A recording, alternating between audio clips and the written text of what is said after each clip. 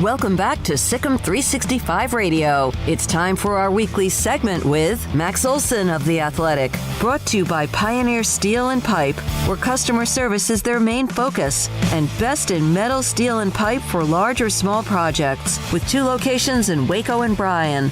Family owned and operated since 1943.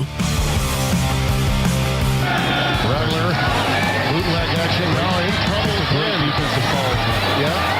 There he is, 3 in the corner, touchdown, Theo Weiss.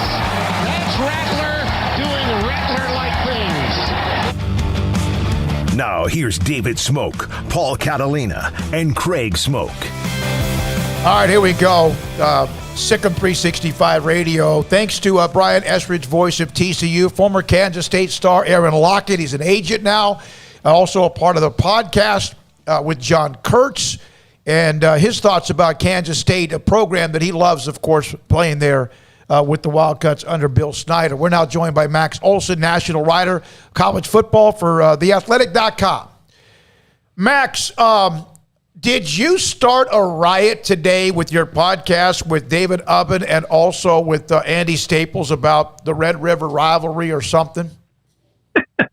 Oh, no. We were just joking about possible future outcomes here because that's all we're going to have just years and years here of sitting around thinking of how this future is going to go. And I joked that, maybe if the Big 12 wanted to be very petty, then, next year they try and lock up the Cotton Bowl in October and have, like TCU play Oklahoma State or something like that and set up just a new Red River, but People yelled at me on Twitter about that. They didn't so much care for that joke.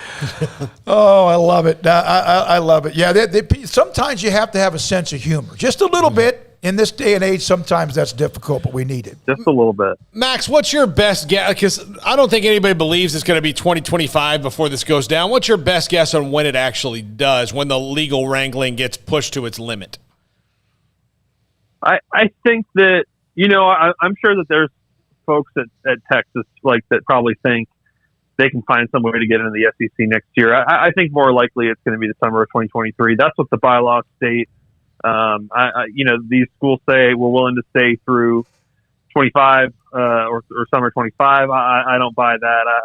That's just the starting point in these negotiations, obviously. And I think probably summer 23 is realistic here now.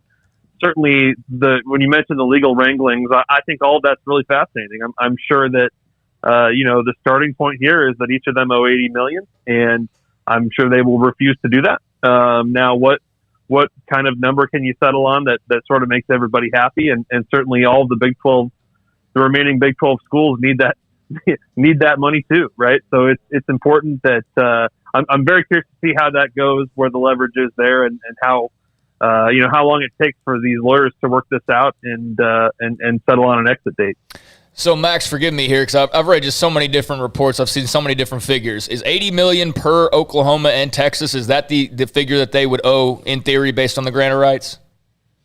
From what I was told, that's the number that was thrown around last week in the Big 12 president and AD meetings as far as their understanding. I've heard other things about additional costs on top of that, but it seems like that's the sense of based on the last 2 years of the TV deal, it seems like that's sort of the round number that people are throwing around right now. So $80 million per or combined? Per. Okay. Yeah. So we were talking about this. It's stay or pay, right? If you're the other Big 12 schools, it's stay or pay. You have no reason to go crazy and start jumping off the life raft right now because there's no guarantee that wherever that life raft takes you, that kind of money's waiting on you, right? So stay or pay just seems to be kind of the simple attitude I think the Big 12 schools would have, unless obviously, the Pac-12, Big 10, or somebody came and made some kind of enticing offer. Yeah, I think I understand that viewpoint for sure. And I think there's a balance to all of that of, the Big 12 needs to get as much as possible out of this deal, and ultimately hold them responsible for what they've done here, in putting the whole sort of financial future of the conference in jeopardy. But there is also an element of this, I would think, where they, you do have to start figuring out your future here, and just keeping Texas and Oklahoma in your league through 25, I mean, I don't know. I feel like you still have to deal with expansion before then, don't you? Like, I feel like you're going to still have to make some moves here to secure the future of the conference and keep these schools together beyond 25. So I wonder how much that sort of factors into it, but I certainly get that. It's not. I know it's not just bitterness. I think there's a logic to that. Of look, if they're going to do this and threaten to wreck the whole conference, then they need to pay, what they owe. So, Mr. Crystal Ball, what is the next deal? Obviously, you knew this one, right? I mean, you just held on to it. But seriously, Max, what do you think? You hear a lot about the Pac-12, the Big Ten, and they've got some, connections there. And a lot of it is just BS. Everyone's thinking, I hear about this. I heard this. What do you think? Who will be the next conference other than the Big 12 trying to do whatever they can? Who do you think will be the next conference to make a move and why? That's a great question. I do think this stuff is going to kind of slow down a little bit or at least like it's kind of like the iceberg thing. And there's going to be a lot going on below the surface here in the next few months because, as much as I'm sure fans want an answer on what the future is as soon as possible. I think this does require some patience, and not just because of the grant of rights through 25, but just from the mere fact of, I think these Power 5 leagues are going to have to get together and talk about, okay, what is the SEC doing, and what do we need to do to counter it, and actually plan for the future, not just thinking about, what we're doing in 25, but what do the next, 10, 20 years look like, and where can we add value? And to me, based on it's such a hard thing to predict right now because you've also got 3 new commissioners in those positions. And so it's like, do you be really aggressive now, or do those guys kind of want to play it safe a little bit and kind of get the lay of the land a little more? I think if I had to guess today, I'd say the Pac-12 because I think George Kliavkoff is kind of an outsider among these 5 commissioners. He also a deal maker. Like I think he's going to come at this. He's kind of a wild card in this whole landscape. I think he'll come at it with a different approach. And he said yesterday they don't have to expand, but I think he's very intrigued by all the contact they're getting and some of these ideas of scheduling alliances and stuff like that. I do think he seems more likely than the others, and we saw how Kevin Warren handled things last year, obviously. But I think he seems more likely than others to jump into the fray here. What do you think this means for the future of Bob Bowlsby? I mean, 2 weeks ago, he told everybody who asked him that he didn't think realignment was an issue. He also was on the working group for the 12-team playoff with Greg Sankey, who knew this was going on for at least a little bit longer than Bob Bowlsby did and kept it to himself. If you're the Big 12, do you move forward with a new commissioner if you stay together, or what do you think his future is? I mean, I understand if y'all are frustrated and want to put this on him. I get that. Obviously, the not losing sleep at night comment, I'm sure he, deeply regrets that. But I can't say that this is Bob Bowlsby's fault. I really can't. Like, first of all, what was he supposed to do over the last decade to put them in the position that the SEC's in? I mean, that's just not happening. And it's not that you can't change your lot with the TV companies and all that. To be making those kind of payouts, and if the SEC wants to come for somebody, then they're going to say yes. So I think that part of it's tough, and certainly like you could argue like, okay, should Bob Bowlsby have known this was going on? I don't really think so. I think that Oklahoma and Texas clearly kept a very, very tight circle on this stuff.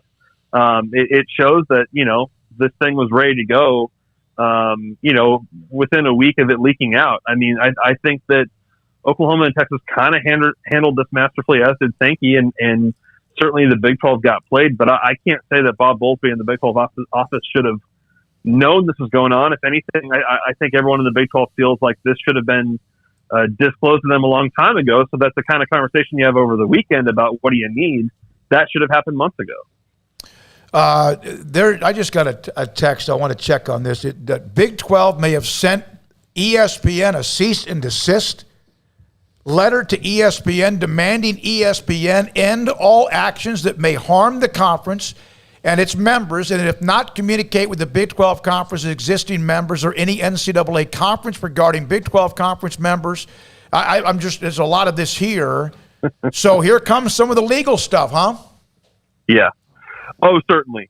Certainly. I think that it would be, it would be naive of all of us to not talk about and I don't work there anymore, so I can say it. I mean, it would be naive of us to not talk about the role that ESPN plays in all this. They're the ones that contributed to telling the Big 12, no, we're not renegotiating with you, while also renegotiating with the SEC at the same time. And I'm sure having some part in, this courtship between Texas, Oklahoma, and the SEC. So, yeah, I like the backlash and the Big 12 sort of picking their targets on who to blame here and going after them. This is one of the next steps here, and certainly there is an immense amount of frustration and real questions about what role do the TV partners play in all this, and ultimately, when Texas and Oklahoma do go to the SEC, it's going to be ESPN who makes everybody whole. So I think that money piece of it is also very important. And by the way, have you guys talked about this Quinn Ewers thing that just came out? Yeah, we talked a little bit about it. Yeah, absolutely. I mean, I think clearly that what crazy times we're living in. I mean, that is going to shake things up in that state quite a bit too, because I think that's the massive story that is going to be a big problem for high schools, and certainly the UIL policy I think probably should change on that. But the idea of a kid quitting high school because he's getting sponsorship offers, I mean, tells you that we're heading into a whole new world here that is going to have some pretty crazy outcomes. One of those unintended consequences they didn't think about, probably, right? Well, Quinn Ewers doesn't need that money now, so it's fascinating that he would go for it, right? Like when you get to Ohio State in January, you can go make all of that, right? But he's actually willing to leave and skip, threatening to skip his senior year, which, I mean, we'll see if he goes through with it. It doesn't sound like the rule's going to change, but I heard from a lot of folks over the summer about the Jaden Blue situation and the bad sign that sends if a kid is opting out for his senior year, but man, this is another level of it, and when it's the number one recruit in the country, I think everyone's going to take notice. Yeah, but Max, I just think as a person who's in the advertising business myself, I mean, that's what we do. Yeah.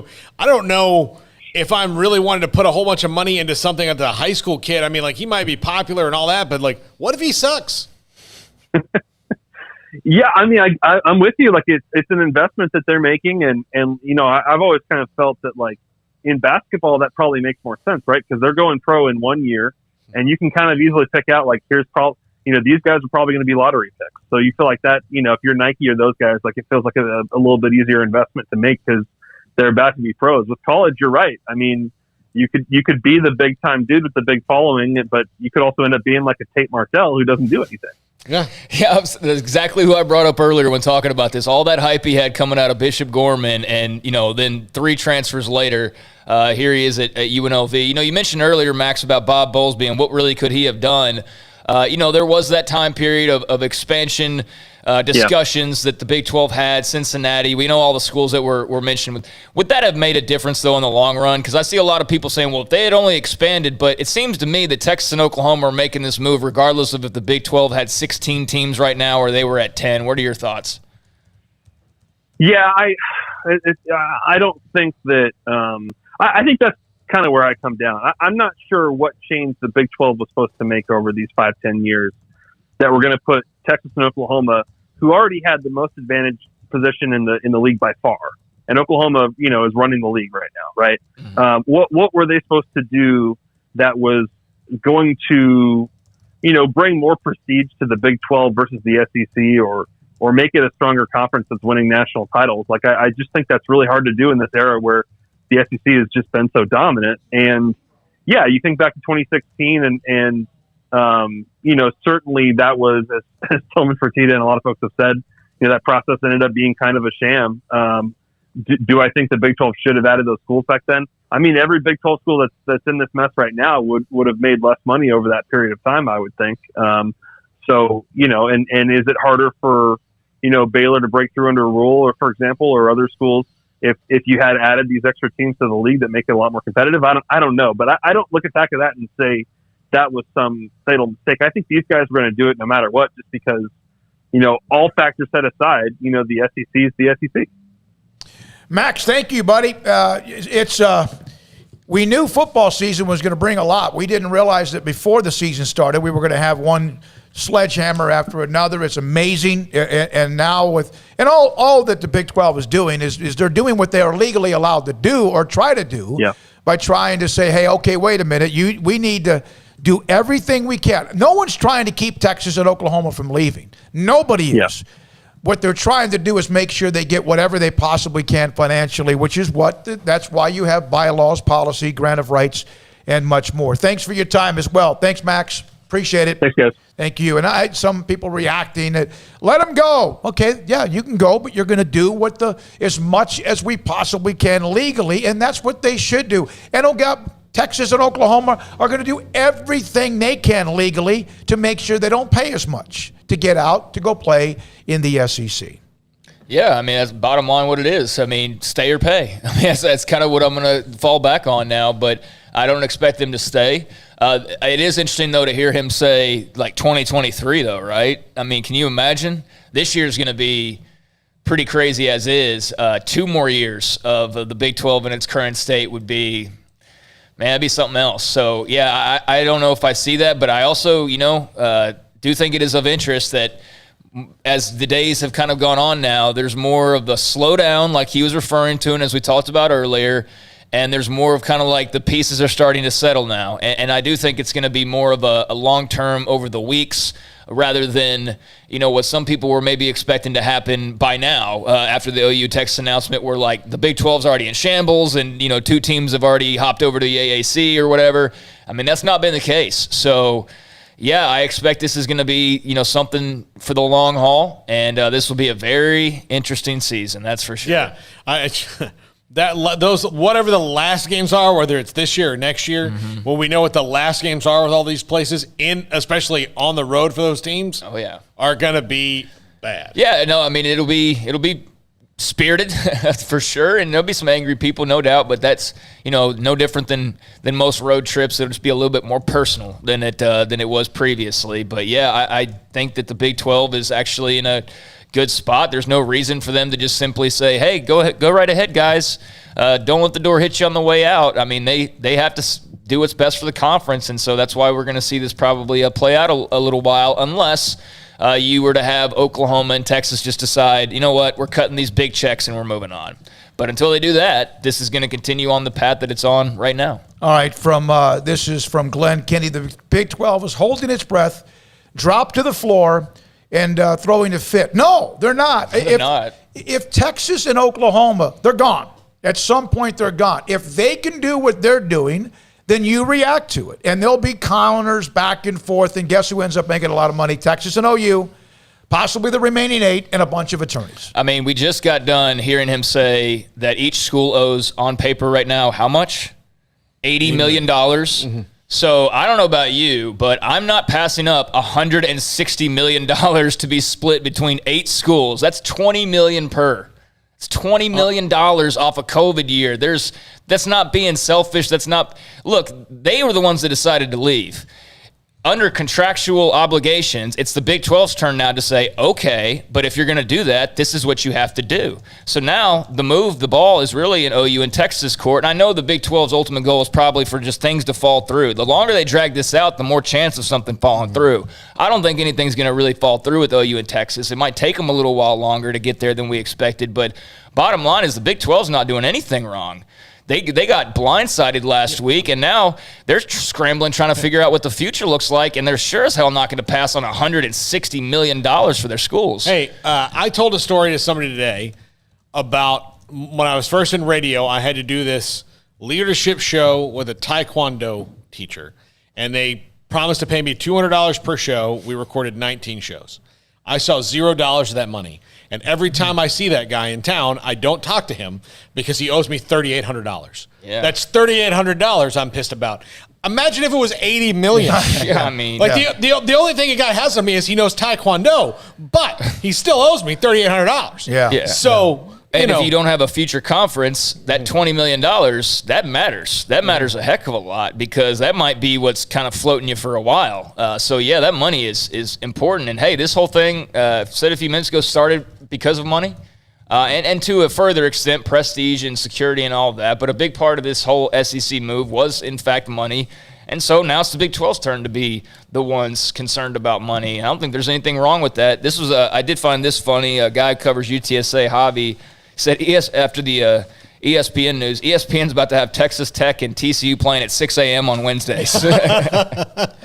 All right, and again, the Big 12 just countering. That's what lawsuits, that's what settlements, that's what this is about. It's like they're having a divorce, and now you're trying to kind of get what you can or not, and that's what's happening. And you can't just let them walk. And if you're a UT fan or Oklahoma fan and you're on our text line or Twitter account or you're on the YouTube account, you're like, oh, my God, they're being babies. They're reacting, and there's nothing wrong with that. And there's nothing wrong with you leaving. But you got to pay the price in some way, even if it's diminished, settled, negotiated, or whatever. Yeah, I don't know why anybody would be upset. I mean, it just seems very simple. Because everyone wants to say, okay, they are the two that hold the leverage, and actually they aren't. Well, and that's what we've talked about. We got to get to a break. Aaron Lockett, former Kansas State All-American, NFL agent, and much more will join us next on Sikkim 365 Radio.